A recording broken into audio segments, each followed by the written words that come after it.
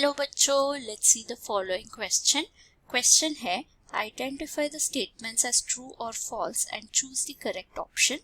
Statement 1 है chief excretory product in mammals is ammonia. 2 cervical vertebrae are 7 in number in mammals except in sloths। 3 true flying nocturnal mammals like bats belong to Chiroptera।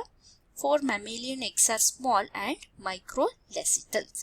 तो यहाँ पे अगर हम हमारा की concept देखा जाए, यहाँ पे हम क्लास मैमेलिया के बारे में बात कर रहे हैं।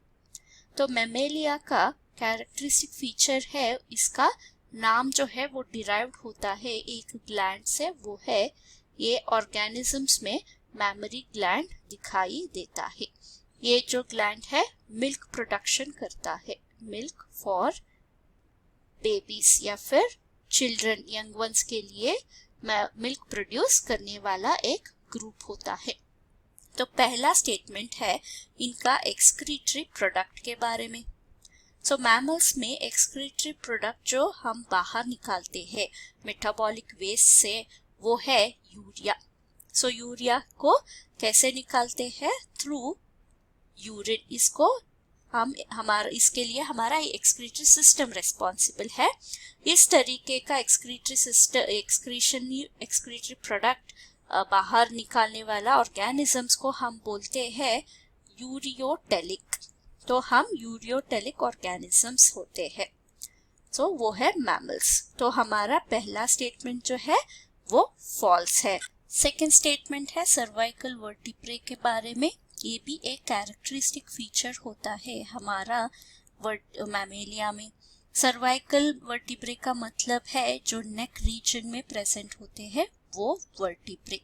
तो अगर हम किसी भी ऑर्गेनिज्म को ले ले मैमेलिया में, कैमल, जिराफ एक्सेट्रा, उसमें 7 होते हैं एक्सेप्ट हमारा 2 ग्रुप्स में, वो है स्लॉथ्स एंड दूसरा ग्रुप है मैनेटे सी काउ है। तो इस दोनों के अलावा और ऑल द मैमल्स में 7 सर्वाइकल वर्टिब्रे होते हैं। तो हमारा सेकेंड स्टेटमेंट ट्रू हो गया।